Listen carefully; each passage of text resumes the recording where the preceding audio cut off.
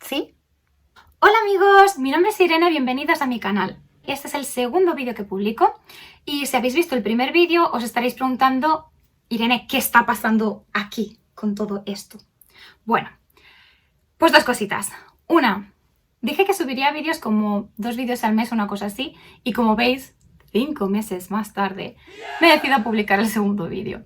Esto es debido a que todos me conocen, de que soy una persona muy procrastinadora y me cuesta mucho, pues, ceñirme a los horarios y las metas que me propongo. Pero bueno, aquí estamos. Por otra parte, también he de decir que no es el segundo vídeo que hago. He hecho otros vídeos para otras cosas, pero no me he decidido a ponerlo en público. Y eso ya es otra cuestión, da igual. Y por otra parte, y lo más llamativo de todo es, ¿qué es este fondo? Pues ese es el tema de hoy.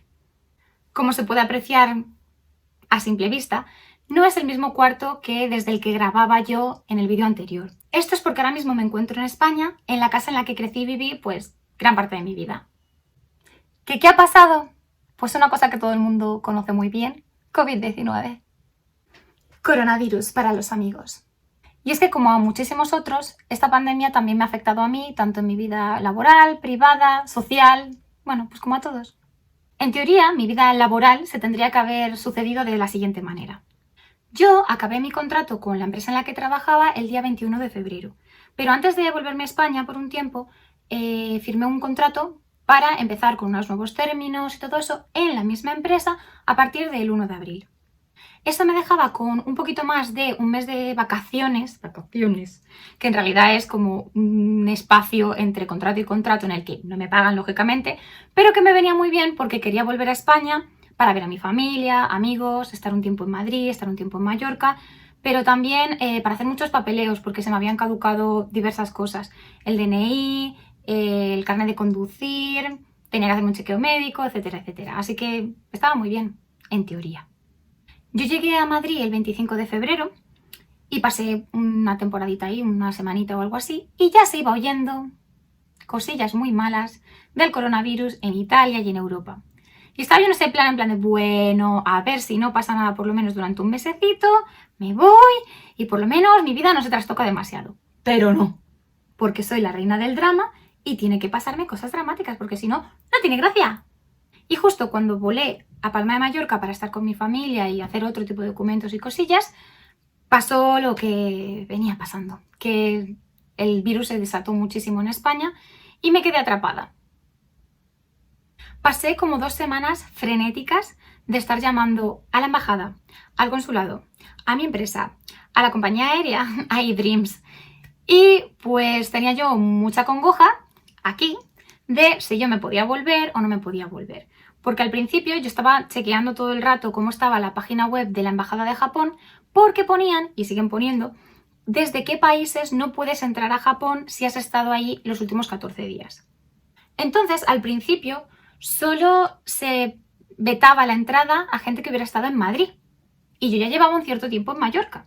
Así que yo estaba ahí haciendo mis planes y hablando con mi empresa y diciendo, bueno, yo estoy en Mallorca, mi vuelo es desde Madrid, pero si yo paso estos 14 días en Mallorca antes de viajar, a lo mejor, si es solo un vuelo de conexión en Madrid no me dicen nada, o a lo mejor puedo tirar la casa por la ventana, cancelar el billete que tenía y cogerme otro billete que fuera directamente, yo qué sé, desde Mallorca a Holanda y de Holanda a Japón, a Osaka. Pues esa era mi idea, eso era lo que yo pensaba hacer y es lo que yo estaba como muy dudando porque decía, ¿me voy? No me voy. Porque claro, si me voy y luego no me dejan entrar, drama. Y a mí las cosas no me suelen salir bien, así que estaba un poco preocupada. Pero bueno, finalmente pues pude hablar con mi empresa, pude hablar con la embajada también. La embajada me dijo que aunque yo fuera rechazada o en este momento no se pudiera viajar desde España, etcétera, etcétera, la cuestión es que mi residencia, es decir, mi visado, mi permiso de estar allí, no se cancelaba. Se posponía. Bueno, no, ni siquiera pospuesto. Es que, bueno, ahora mismo no puedo entrar, pero en el momento en el que yo pudiera entrar, seguiría teniendo todos los derechos y la calidad de ciudadano que tenía antes, que no pasaba nada. Yo le comenté todo esto a mi empresa y estaba yo en un periodo en el que podía haber hecho virguerías para irme, pero como os he dicho, pues estaba muy dudando de si debía hacerlo o no. Y cuando hablé con la empresa me dijeron, no, no te preocupes, en todo caso bueno, esto es un mal mayor, no hay nadie que pueda hacer nada al respecto, así que no pasa nada. Tú tienes el contrato firmado, simplemente en vez de empezar el 1 de abril, lo dejamos de momento como para el 1 de junio. La cuestión es que también me prometieron seguir en contacto conmigo. Decir, bueno, pues si el 1 de junio en teoría empiezas, pues entonces a mediados de abril, finales de abril ya vamos hablando. ¿Alguien piensa de verdad que me han vuelto a contactar? ¿Por qué no? Bueno, mentira. La verdad es que esta misma mañana, a día 21 de mayo, me han contactado. Y me han dicho que bueno, que la semana que viene, que a ver si hacemos una reunión por Skype y tal para ver qué es lo que va a pasar. Pero bueno, está claro que empezar el día 1 no se empieza. Porque es que para empezar, ni siquiera Japón deja entrar desde España. Ya no solo desde Madrid, es que ya desde España. Ya dicen, tú has estado los últimos 14 días en España, no puedes entrar. E incluso he mirado otros países, es decir, yo qué sé, digo, de aquí me voy a Alemania y paso allí 14 días y desde ahí ya puedo entrar. Ni Alemania, ni Noruega, ni Finlandia, ni países super mega random de por ahí el norte. Nada. O sea, desde Europa no dejan entrar a Japón. Y digo, bueno, pues como no me vaya a Dubái, vete tú a Dubái y pasa allí 14 días. Vamos, ni loca.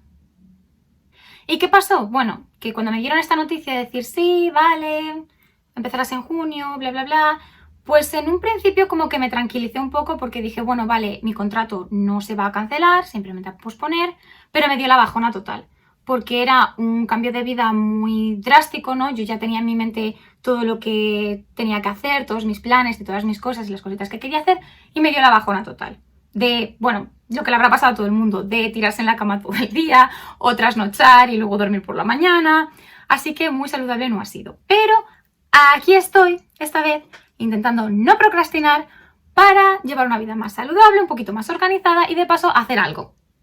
Así que bueno, aunque al principio me desmotivé bastante, no quería hacer nada, solo estaba pues hablando con amigos y todo el día en Facebook y en el sofá y viendo Netflix y HBO y Prime. Creo que solo me falta Disney Plus.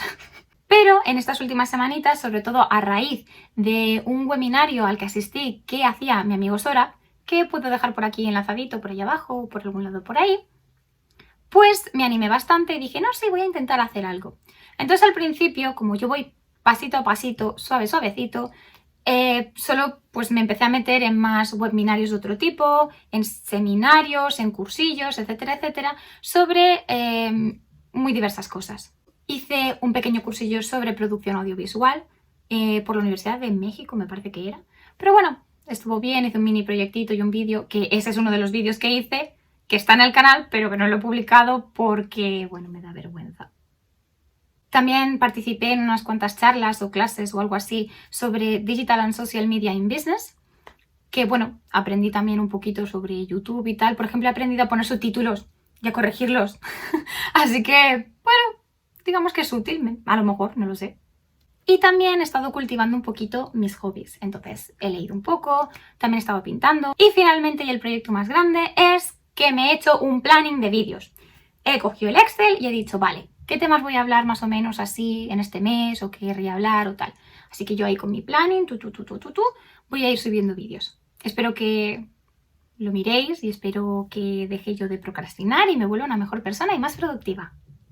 Es una lástima que ya no esté en Japón porque no puedo coger mi cámara, salir y hacer un vídeo de lo que sea, pero bueno, toda la información está aquí.